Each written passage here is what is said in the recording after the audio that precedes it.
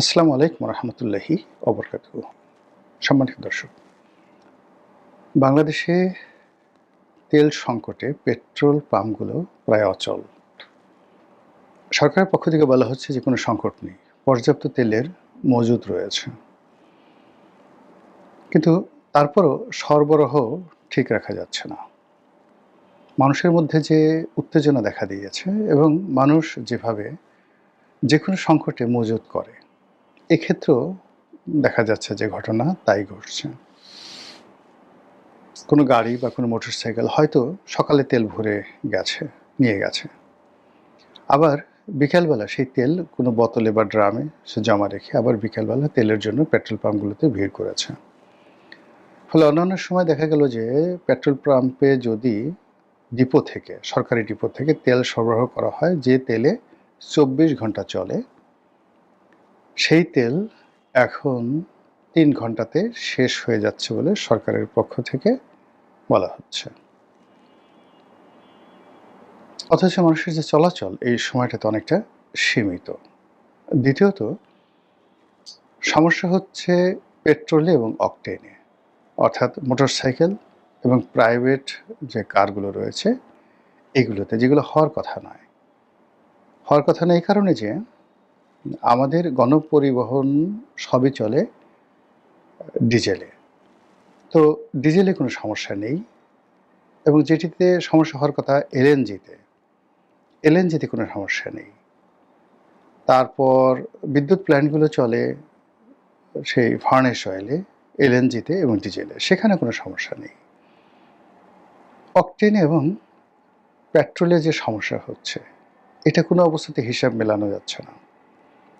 এই দুটো প্রোডাক্ট আমাদের দেশে পেট্রোলিয়ামের বাই প্রোডাক্ট, অর্থাৎ আমাদের দেশে যেগুলো গ্যাস ক্ষেত্র রয়েছে, অর্থাৎ আমরা যে মাটির তলা থেকে গ্যাস উত্তোলন করি, সেই গ্যাস উত্তোলন করতে গিয়ে সেখান থেকে কিছু তেলও আসে। এই তেলগুলো রিফাইন্ড করে আমরা যে অকটেন পাই আর পেট্রোল পাই, এটা দিয়ে আমাদের দেশ চলে যায়। এর বাইরে আমরা যে ডিজেল আনি, ডিজেলের মধ্যে পরিশুদ্ধ ডিজেল আনি, ক্রুড অয়েল এবং অপরিশোধিত যেটা ক্রুড অয়েল সেটাও আনি। তো ইস্টার্ন রিফাইনারিতে এগুলো যখন রিফাইন করা হয়, সেই রিফাইন করার পর সেখান থেকে বেশ কিছু পেট্রোল এবং অকটেন পাই। আমাদের দেশের যে চাহিদা, পেট্রোলে আমরা একেবারে স্বয়ংসম্পূর্ণ, আর অকটেন এটা সারপ্লাস থাকে। তো কাজেই এটা নিয়ে কেন আতঙ্ক ছড়ানো হচ্ছে, কেন লোকজন আতঙ্কে মজুত করছে, কেন ভয় পাচ্ছে, এটা আমি বুঝতে পারছি না। কিন্তু সমস্যা দিনকে দিন প্রকট থেকে প্রকট আকার ধারণ করছে। অনেকগুলো পেট্রোল পাম্পে মারামারি হচ্ছে, কাটাকাটি হচ্ছে, এবং গাড়ির লাইন ক্রমশ বাড়ছে। এখন এই যে বাংলাদেশের যে সমস্যা, এই সমস্যাটা বাদ দিয়ে আমরা যদি বিশ্বের অন্যান্য দেশে দেখি বা তাকাই, যেখানে আমাদের মতো গ্যাস ফিল্ড নেই, তো তাদেরকে তো আসলে পেট্রোল, ডিজেল, তারপরে অকটেন থেকে শুরু করে সব কিছু আমদানি করতে হয়। তো এই সকল দেশে প্রচণ্ড সমস্যা দেখা দিয়েছে। ফিলিপিন্স ইতিমধ্যে তাদের দেশে জরুরি অবস্থা জারি করেছে এই পেট্রোলের সেই বিতরণ এবং বিপণন নিয়ে। নজিরবিহীন ঘটনা। ইউরোপের একটি দেশ, আজকে এই ভিডিও যখন করছি, একটি দেশ শুরু করেছে যে নির্দিষ্ট পরিমাণের বাইরে কেউ নিতে পারবে না। অন্যদিকে যুদ্ধ যে পর্যায়ে গড়িয়েছে, খুব দ্রুত এটি সমাধান হবে মনে হচ্ছে না। আমেরিকা শান্তির জন্য ১৫টি প্রস্তাব দিয়েছে, যেটি ইরানের পক্ষে মান্য করা সম্ভব নয়। আবার ইরান যে ৫টি শর্ত দিয়েছে, সেই ৫টি শর্তের একটিও আমেরিকার পক্ষে মান্য করা সম্ভব নয়। ফলে আর এক দফা প্রতি আক্রমণ চলবে। এর মধ্যে ডোনাল্ড ট্রাম্প বেশ কয়েকবার তার কথা পরিবর্তন করেছেন, আর এই কথার উপর বিশ্বাস স্থাপন না করে ইরান তাদের যে আক্রমণ সেটা ক্রমশ বাড়িয়ে চলেছে। পাকিস্তানের মাটিতে এই মুহূর্তে ইরানের স্পিকার, জাতীয় সংসদের স্পিকার, এবং মার্কিন যুক্তরাষ্ট্রের দুজন গুরুত্বপূর্ণ কর্মকর্তা, ভাইস প্রেসিডেন্ট এবং যিনি পররাষ্ট্রমন্ত্রী, এই দুজন আলোচনা অংশগ্রহণ করছেন পাকিস্তানের মাটিতে। কিন্তু কোনো অবস্থাতেই কোনো পক্ষ আক্রমণ বন্ধ করছে না, কেউ কাউকে বিশ্বাস করতে পারছেন না। এর মধ্যে বিশ্বের যে জ্বালানি মার্কেট, এটি 24 ঘন্টার মধ্যে 2 থেকে 3 বার ওঠানামা করছে, একবার উঠছে একবার নামছে। শেয়ার মার্কেটগুলো ওঠানামা করছে, প্রচণ্ডভাবে ওঠানামা করছে। তারপর স্বর্ণের বাজার, এই গত 24 ঘন্টা নয় 48 ঘন্টাতে 7 বার স্বর্ণের বাজারে স্বর্ণের দাম নজিরবিহীনভাবে কমে গেছে। ডলারের দাম ঊর্ধ্বমুখী, ডলারের দাম ঊর্ধ্বমুখী হওয়ার কারণে স্বর্ণের দাম কমে গেছে। আর মধ্যপ্রাচ্য সহ অন্যান্য যে দেশগুলো, ইনক্লুডিং রাশিয়া, তারা তাদের যে তেলের উৎপাদন এটা সীমিত করেছে। ফলে তেলের মূল্য যদি $300 পার ব্যারেলে চলে যায়, এটি আশ্চর্য হওয়ার কিছু থাকবে না। আমাদের দেশের যে জ্বালানি নিরাপত্তা, এটাতে বৈচিত্র্য আনার জন্য আমরা এলএনজিতে গিয়েছি।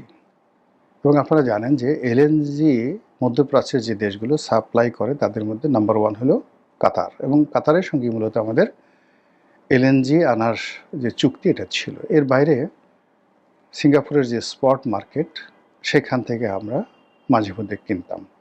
সালমান এফ রহমান এই ব্যবসাগুলো করতেন। বিপু ছিল যে তেলমন্ত্রী, বিপু, তার কোম্পানি এই কাজগুলো করতেন, এখনো তারাই করছেন। তো কাতার সেখানে এলএনজি উৎপাদন বন্ধ করে দিয়েছে, এখন বিকল্প আছে রাশিয়া। তো আমরা রাশিয়া থেকে সরাসরি কিনতে পারবো না। এই কারণ হলো ডক্টর মোহাম্মদ ইউনূস আমেরিকার সঙ্গে যে গোপন চুক্তি করেছে, সেখানে রাশিয়ার কাছ থেকে তেল কেনার ব্যাপারে বাধ্যবাধকতা রয়েছে। আর এই কারণে নতুন সরকার তেল কেনার জন্য আমেরিকার অনুমতি চেয়েছে। আমেরিকা সেই অনুমতি দেয়নি এখন পর্যন্ত, বা দেবে বলে মনে হচ্ছে না। বিকল্প থাকে কি ভারত। ভারত থেকে এই রাশিয়ার জ্বালানি এনে আমরা আমাদের প্রয়োজন মেটাতে পারি, এবং এক্ষেত্রে ভারত কতটা সাহায্য করবে, সহযোগিতা করবে, তা আমরা এখন স্পষ্ট নেই। ইতিমধ্যে পত্রপত্রিকায় খবর ছাপা হয়েছে যে এই অর্থ বছরে, ফিসক্যাল ইয়ার, অর্থাৎ জুন থেকে ডিসেম্বর পর্যন্ত, আজকের এই দিনে বিশ্ব তেলের বাজারে যে অবস্থা, তাতে সরকারকে জ্বালানি বাবদ অতিরিক্ত, আগে যা খরচ হতো তার চেয়ে অতিরিক্ত $4.6 বিলিয়ন খরচ করতে হবে। গড়ে ধরেন যদি 12,000 কোটি টাকা হয় 1 বিলিয়নে, তাহলে প্রায় 55,000 কোটি টাকা অতিরিক্ত ব্যয় করতে হবে সরকারকে এই ফিসক্যাল ইয়ারে তেল আমদানির জন্য। বোঝার চেষ্টা করেন যে কী সমস্যা আমাদের মাথার উপর পড়েছে। ফলে সামনে যে গ্রীষ্মকাল আসছে, গ্রীষ্মকাল তো এখনই চলে আসছে, এপ্রিল থেকে এটা প্রবল আকার দাবদাহ হবে। এখন থেকে গ্রামগঞ্জে কিন্তু বিদ্যুৎ পাওয়া যাচ্ছে না। শহরে তুলনামূলকভাবে অবস্থা একটু ভালো, তারপরেও কিন্তু খুব ঘন ঘন অনেকগুলো এলাকাতে ঘন ঘন বিদ্যুৎ যাচ্ছে। তো যদি বিদ্যুৎ কেন্দ্রগুলোতে সময় মতো তেল সরবরাহ না করা যায়, জ্বালানি সরবরাহ না করা যায়, এটা সরবরাহ করার যে চুক্তি, বিভিন্ন বিদ্যুৎ প্ল্যান্টগুলোর সাথে যে সরকারের চুক্তি, সেই চুক্তি অনুযায়ী নির্দিষ্ট মূল্যে প্রয়োজনে ভর্তুকি দিয়ে এই তেল সরবরাহ করবে সরকার। সরকার যদি সেই তেল সরবরাহ করতে না পারে, তাহলে বিদ্যুৎ কেন্দ্রগুলো চলুক বা না চলুক, সেক্ষেত্রে সরকারকে ক্যাপাসিটি চার্জ বাবদ বিরাট অঙ্কের অর্থদণ্ড গুনতে হবে। এই যে ত্রয়ী সমস্যা, সারা দুনিয়াতে সমস্যা, আমাদের যে জ্বালানি যে নিরাপত্তা, সেই নিরাপত্তা এলএনজির যে সংযোজন, তার সঙ্গে সঙ্গে এই যে যুদ্ধ, এই ত্রিমাত্রিক সমস্যার সঙ্গে আরও 3টি সমস্যা। 1 নম্বর সমস্যা হলো আমাদের টাকা নেই, দেশীয় মুদ্রা নেই, বিদেশি মুদ্রা নেই। 2 নম্বর সমস্যা হলো সরকার একেবারে নবীন, এখানে কারা আমদানিকারক, কারা রপ্তানিকারক, এখানে কি সিন্ডিকেট রয়েছে, কোনটা পজিটিভ কোনটা নেগেটিভ, সেটা জানে না। আর এর বাইরে যেটা রয়েছে সেটা হলো আওয়ামী লীগ, জামাত, অন্যান্য যে সমস্ত লোক সরকারের ভুল ধরার জন্য 10 পায়ে দাঁড়িয়ে আছে।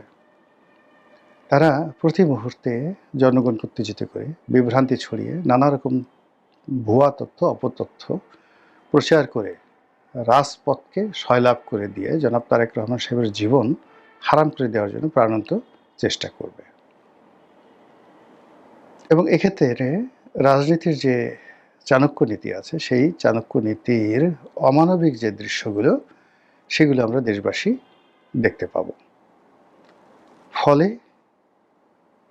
মানে শেখ হাসিনা গেছেন, ডক্টর মোহাম্মদ ইউনূস এসেছিলেন, আমরা খুব খুশি হয়েছিলাম। কিন্তু আমাদের এই খুশি 2-3 মাসের বেশি থাকেনি।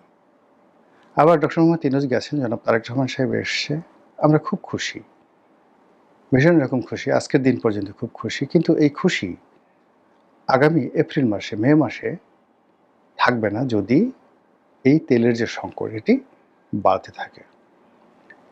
অবস্থা দৃশ্য মনে হচ্ছে সরকার বদ্ধপরিকর তেল আমদানির ব্যাপারে। পাগলের মতো তারা আইএমএফের পেছনে ছুটছে টাকার জন্যে, ভারতের সঙ্গে সম্পর্ক স্বাভাবিক করার চেষ্টা করছে সর্বোচ্চ ছাড় দিয়ে।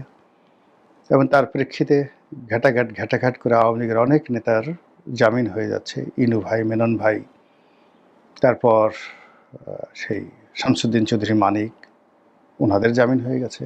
সাবেক প্রধান বিচারপতি খায়রুল হক সাহেবের জামিন হয়ে গেছে। শেখ হাসিনাকে অনেকগুলো মামলা থেকে রেহাই দেওয়া হয়েছে তথ্য প্রমাণ না পাওয়ার অভাবে। এসবই ভারতের দয়া। আর সেই দয়ার বিনিময়ে যদি পেট্রোল আসে, ডিজেল আসে, আপাতত সরকারের জন্য এটি বেশি গুরুত্বপূর্ণ। ওই জেলখানায় তাদেরকে বন্দি রেখে নিজেদের ক্ষমতাকে সংকুচিত করা বা ঝুঁকির মধ্যে রাখা সরকারের জন্য নিরাপদ নয়। তো একটা বেসিক পরিবর্তন আসছে, কিন্তু এই পরিবর্তন সরকার যেভাবে কাজে লাগাতে চাইবে, জামাতকে সেভাবে সুযোগ দেবে, এনসিপিকে সুযোগ দেবে? সম্ভবত না। ফলে সমস্যা দিন দিন বাড়ছে, মানুষের উত্তেজনা বাড়ছে এবং একই সঙ্গে সংকট, সমস্যা জাতীয় যে সংকট, সেটি ক্রমশ জটিল থেকে জটিলতর হচ্ছে। মহান আল্লাহ আমাদের সবাইকে হেদায়েত দান করুন, হেফাজত করুন। আসসালামু আলাইকুম ওয়া রাহমাতুল্লাহি ওয়া বারাকাতুহু।